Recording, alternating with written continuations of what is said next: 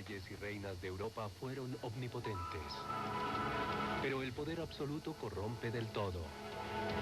Codicia, venganza, sexo, locura, brujería, asesinato. Cada monarca tenía sus secretos reales.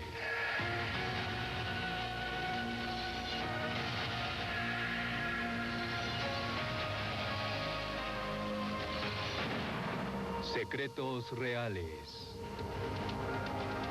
Cuando de sexo se trataba, todos los reyes y reinas poderosos podían elegir sus aventuras amorosas en el reino, pero el amor se burló incluso de los reyes. A Enrique VIII de Inglaterra lo destruyó Ana Bolena, la mujer a quien había amado alguna vez. El príncipe Jorge y la princesa Carolina fueron personajes de una tragicomedia pública, y el rey francés Luis XV pagó un precio muy alto por sus miradas inquietas. Todos ellos cayeron bajo el hechizo de los devoradores apetitos de la carne. Lujuria. La apasionada persecución de Enrique VIII a Ana Bolena es una de las grandes tragedias románticas. Al final la historia cambió y por su amor, Ana fue objeto de la pena máxima.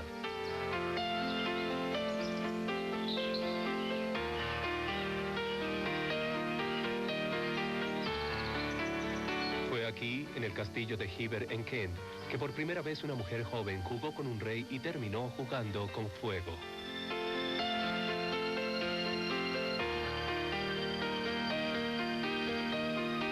A comienzos del siglo XVI, esta mansión Tudor perfectamente protegida era el hogar de dos pequeñas niñas, María y Ana Bolena, y de su padre Sir Thomas. Ana era la menor, una niña decidida que crecería para ser una mujer ambiciosa e inteligente. María, su hermana mayor, fue menos disciplinada y desinhibida durante un buen tiempo.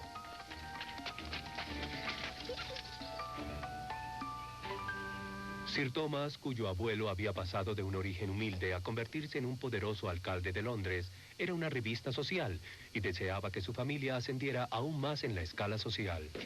Estaba decidido a ver que sus hijas entraran a la corte real y se codearan con la gente más poderosa del país.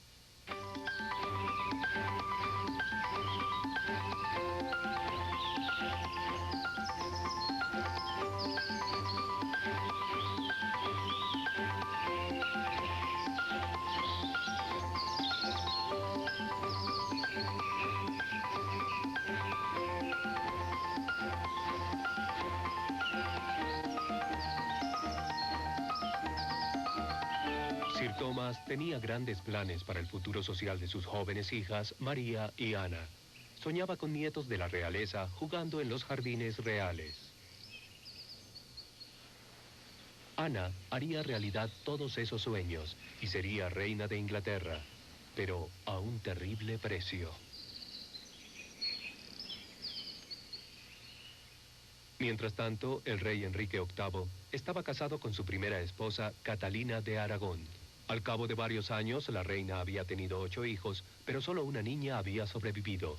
Desesperado por tener un heredero, Enrique empezó a tener amantes, y una de las primeras fue María Bolena, la hermana mayor de Ana. A menudo el rey de Inglaterra visitaba a María en el castillo de Hever para sus encuentros amorosos.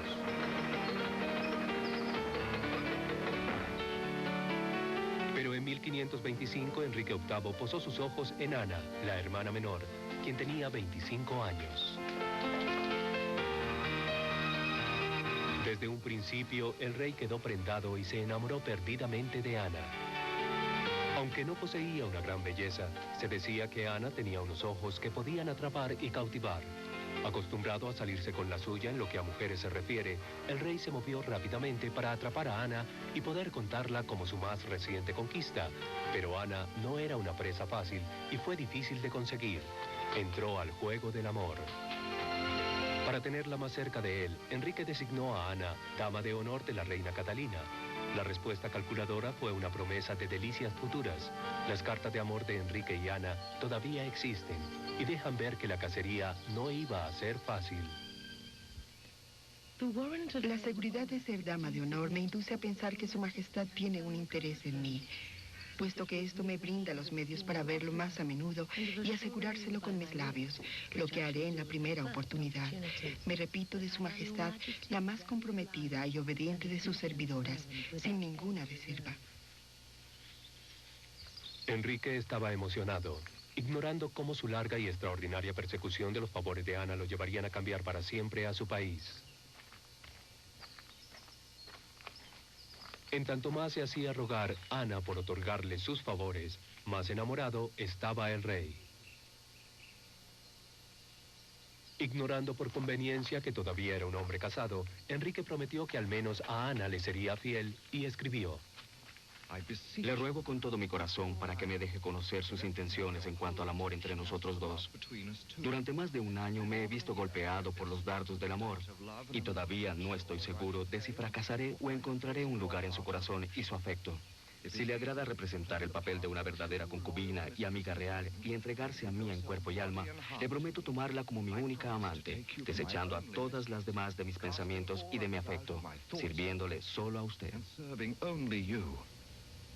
En su respuesta, Ana expuso claramente que no se conformaría con lo segundo. No puedo ser su esposa, tanto debido a que no soy digna de ello, y también porque usted ya tiene una reina, y no seré su amante. Obstinada y sensata en cuanto a la naturaleza de los hombres, Ana sabía exactamente qué debía hacer para excitar las pasiones del rey. Se rehusó a entregarse a Enrique. No obstante, el rey estaba ardiendo de deseo. Ella no le permitiría tocarla, sin importar cuánto le rogara, implorara y aguantara durante 6 años el hombre más poderoso de Inglaterra. Sus términos eran simples: sin corona, no habría sexo. La ansiedad de Enrique por poseer a Ana lo llevó a tomar medidas drásticas. Pidió el divorcio de Catalina, pero el Papa se lo rehusó. De manera que Enrique dio un paso que alteraría el curso de la historia británica. En el acto más dramático de su reinado, Enrique retiró su reino de la jurisdicción del Papa y se puso él mismo a la cabeza de su propia iglesia, la Iglesia de Inglaterra. La primera acción del rey fue otorgarse a sí mismo el divorcio de la reina. Hombre libre al fin, Enrique obtuvo el acceso al lecho de Ana Bolena. Con objeto de satisfacer sus deseos, Enrique había cambiado la historia.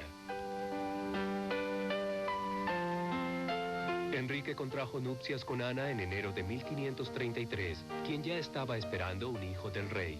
El bebé nació en septiembre, pero fue una niña, llamada Isabel. Enrique había hipotecado el alma de la nación a cambio del amor de Ana, pero aún necesitaba un hijo. La nueva reina perdió 2 bebés y tuvo otro que nació muerto. Su fracaso para darle un hijo recordó ahora a Enrique que su obligación real era tener un heredero. El romance del rey con Ana se enfrió y él se consoló con la compañía de una mujer nueva, Lady Jane Seymour. Como había hecho con su esposa Catalina, nombró a su nuevo interés romántico como dama de honor de Ana. Listo para tomar una nueva esposa, Enrique mandó encarcelar a Ana en la Torre de Londres exactamente 3 años después de haberse casado con ella. Luego fue sentenciada a muerte con falsas acusaciones de adulterio y traición. Ana Bolena, reina de Inglaterra, se mantuvo orgullosamente desafiante hasta el final, cuando escribió a su esposo en el curso de sus últimos días. No vaya a imaginarse, Su Excelencia, que su pobre esposa aceptará haber cometido alguna falta. Nunca hubo un príncipe ni una princesa más leal en todos sus deberes y en todo su afecto que el que Su Majestad encontró en Ana Bolena. Ahora veo que mi preferencia tenía una base tan poco segura como los caprichos de Su Majestad, y la menor alteración fue suficiente para que esos caprichos fueran por otra persona.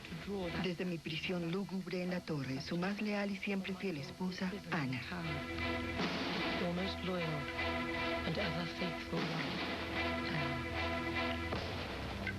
Enrique otorgó a su esposa un último favor. Sabiendo que los verdugos ingleses eran torpes, mandó traer un espadachín de Francia para que la decapitara. A las 9 de la mañana del 19 de mayo de 1536, el francés le cortó la cabeza de un solo golpe y la levantó para que la viera la multitud. Muchos vieron cómo los labios y los ojos de Ana Bolena parecían moverse cuando la muchedumbre en búsqueda de recuerdos se lanzaron hacia adelante para humedecer los pañuelos en la sangre.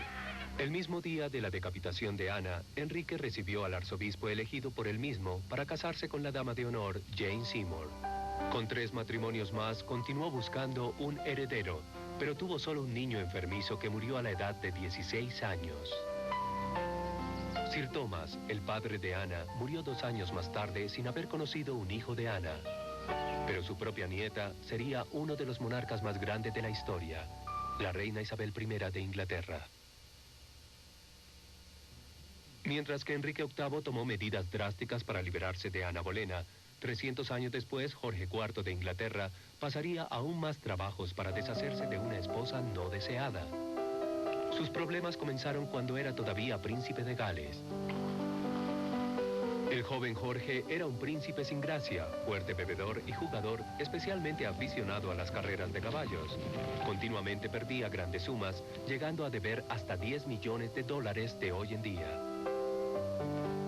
Construyó residencias enormes y lujosas para los millonarios, mansiones que se encuentran en el Parque Regent de Londres. Allí pasaba el tiempo el príncipe en fiestas desenfrenadas para sus amigos, danzando y bebiendo hasta el amanecer. Jorge decoró los exteriores con pinturas eróticas y sensuales, reflejando en algunas de ellas sus preferencias por mujeres mayores. Los ingleses odiaban a Jorge por su decadencia e indiferencia con sus súbditos.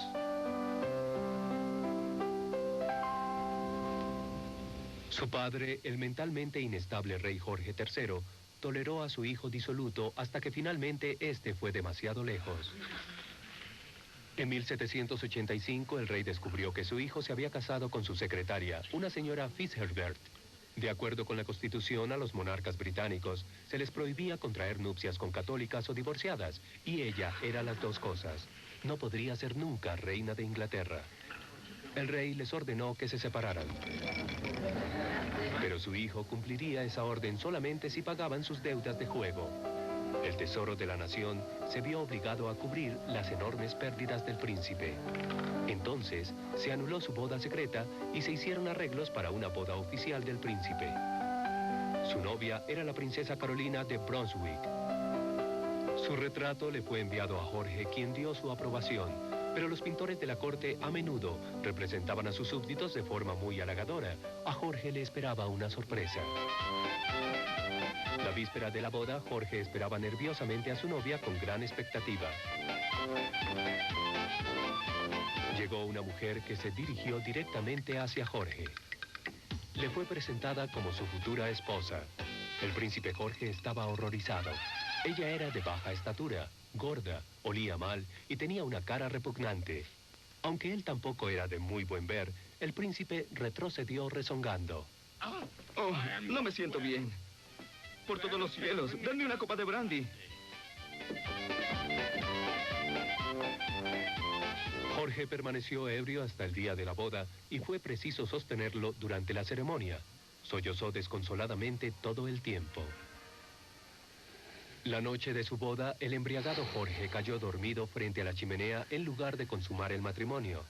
En la mañana, él mismo sacó a Carolina de la cama para cumplir con su deber real por primera y última vez.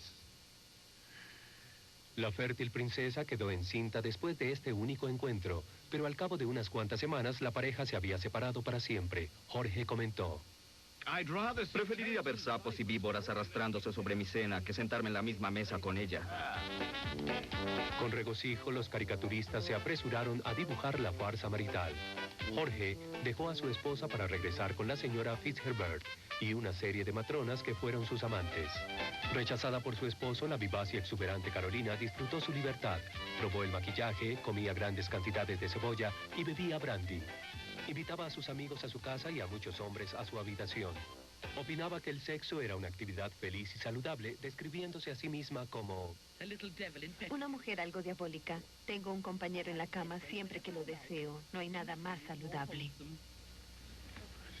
La sociedad de Londres, escandalizada, estaba llena de rumores acerca de las aventuras de la princesa Carolina. Incluso se decía que había tenido otro hijo con un noble importante, Sir Sidney Smith. Pero la cándida princesa Carolina no se daba cuenta de que el príncipe Jorge, ansioso de comprobar su adulterio para un divorcio, estaba espiándola. Una de sus sirvientes dijo: Mary Wilson dijo que entró a la habitación de la princesa para prender la chimenea, pero la encontró con Sir Sidney en una situación tan indecente que salió de la habitación tan espantada que se desmayó en la puerta. Las pruebas que tenía el príncipe eran de palabra y la comisión especial las encontraba poco convincentes. Pero los rumores viciosos de la corte obligaron a Carolina a dejar Inglaterra para hacer un amplio recorrido por Europa. En el curso de su visita a Italia, la irrefrenable Carolina recorría las calles de Milán con un sombrero de plumas color rosa y un vestido que dejaba ver su gran parte posterior y sus pesadas piernas. Allí, Carolina conoció a su verdadero amor, un apuesto pero pobre aventurero italiano llamado Bartolomeo Pergamì. Viajaron juntos por toda Europa sin hacer ningún intento por disimular su intimidad. 6 años más tarde, Carolina se enteró de que había muerto el rey Jorge III y que su esposo se había convertido en el rey Jorge IV. La princesa se dirigió a Inglaterra para ser reina. Jorge le ofreció una jugosa suma de más de $2 millones anuales por permanecer alejada, pero Carolina rechazó la oferta y regresó a Inglaterra. Desesperado por obtener el divorcio, Jorge inició una investigación oficial de la vida amorosa de Carolina. Un oficial naval inglés informó que Carolina había cambiado de camarote para estar cerca de su amante. Un sirviente italiano declaró que ella visitaba regularmente la alcoba de su amante, los había visto besarse en público y bañarse juntos en privado. El cocinero de Carolina aseguraba haber encontrado a la pareja dedicados a su amor en un sofá. Pero la tenaz Carolina luchó para ocupar su lugar como reina. Contrató los servicios de un severo abogado defensor, quien públicamente hizo referencia al adulterio del rey hipócrita e intimidó a los testigos. Un testigo llegó a repetir 87 veces: "Yo no recuerdo". Fracasó el divorcio, de modo que, lleno de rencor, se vengó de Carolina impidiéndole asistir a la coronación. A pesar de que un público que simpatizaba con ella se puso de su parte, la humillada Carolina perdió voluntad para luchar.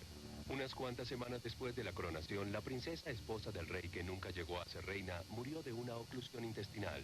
Había sido víctima del amor y de la hipocresía social, dejando al igualmente adúltero rey libre para recibir una dispensa y volver a casarse finalmente con su viejo amor, la señora Fitzherbert.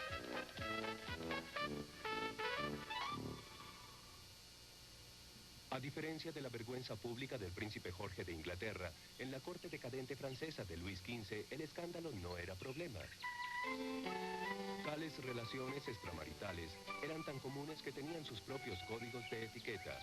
Se aceptaba de tal manera la promiscuidad que la amante principal del rey ocupaba una posición oficial en la Casa Real. El abuelo de Luis, el rey Sol Luis XIV, dejó consejos acerca de la vida amorosa de un monarca. El tiempo que descansa no determina el éxito del trabajo, porque nuestro objetivo es preservar nuestra gloria en la sociedad. El control de los y ciertos amantes llegarán a ser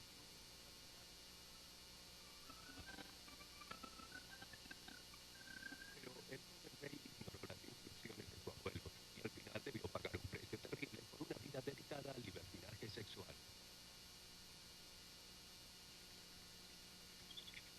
Luis XV, cuyo reinado se extendió durante muchos años del siglo XVII, fue un monarca sexualmente voraz. Fue famoso por haber tenido durante su vida más de 100 amantes e innumerables relaciones pasajeras. Su democrático gusto en cuanto a buscar pareja incluía a todo el mundo, desde altas cortesanas hasta las más bajas muchachas de las calles de París. Incluso en ceremonias oficiales, Luis descubría en la multitud a alguna joven atractiva menor de edad y ordenaba a los padres que guardaran su virginidad para que él la disfrutara a su debido tiempo.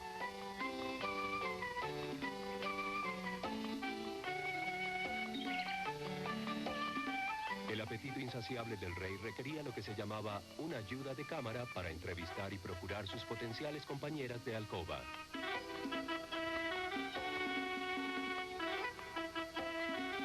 Ese trabajo lo realizaba un señor Lebel, que era el ayuda de cámara, también llamado asistente oficial de cámara. Luis tenía tan solo 15 años cuando contrajo nupcias con una princesa polaca. Inicialmente le fue fiel a su esposa y en 12 años procrearon 10 niños, pero su esposa se cansó de las exigencias sexuales de Luis y encontraba cualquier excusa para no aceptarlo en su lecho. Habiendo emprendido un estilo de vida hedonista, Luis se encontraba tan ocupado con una interminable cadena de concubinas y amantes de paso que suspendió el ritual oficial público de retirarse a dormir, con objeto de tener más tiempo en la intimidad con sus conquistas. La primera aventura que tuvo el rey fue con una mujer de la casa real de su esposa, la condesa de Mailly. Evitando la cámara real oficial, mandó construir una alcoba más acogedora para su aventura. Pero entonces, la condesa cometió el error de presentarle su hermana menor al rey, y ella fue dejada a un lado en favor de la nueva conquista, la duquesa de Banchimil. Los deslumbrantes pasillos y las decoradas habitaciones de Versalles eran muy apropiadas para el amor furtivo.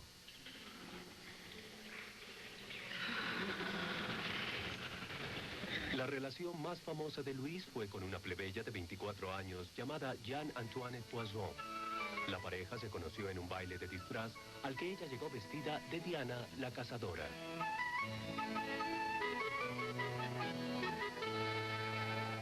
No era fácil reconocer al rey. Él y sus amigos asistieron disfrazados de árboles de tejo y parecían un bosque de verdad.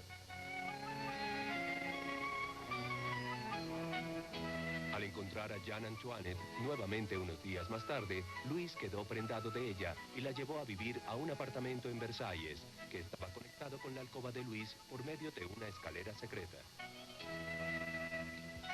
El rey de Francia estaba tan prendado de su belleza que convirtió a la simple Jeanne Antoinette Poisson en la marquesa de Pompadour.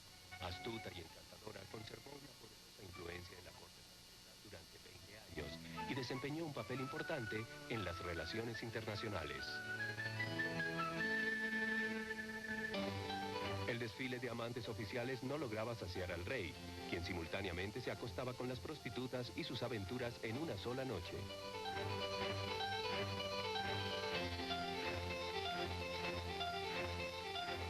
Se rumora que en compañía de una jauría de perros, perseguía a las risueñas jóvenes desnudas por los jardines de Versalles. En los jardines de palacio se escuchaba el eco de las risas mientras el jadeante rey de Francia perseguía a su presa.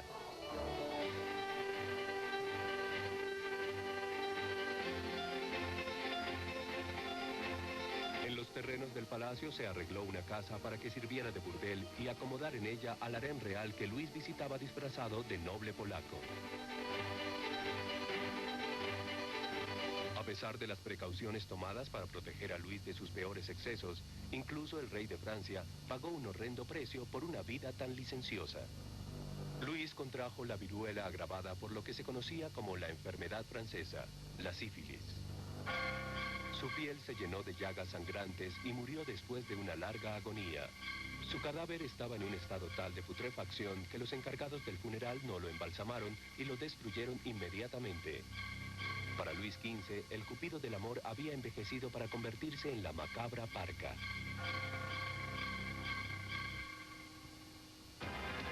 Enrique VIII y Ana Bolena, el príncipe Jorge y la princesa Carolina, el rey de Francia Luis XV, con sus innumerables amantes, fueron todos reyes desventurados.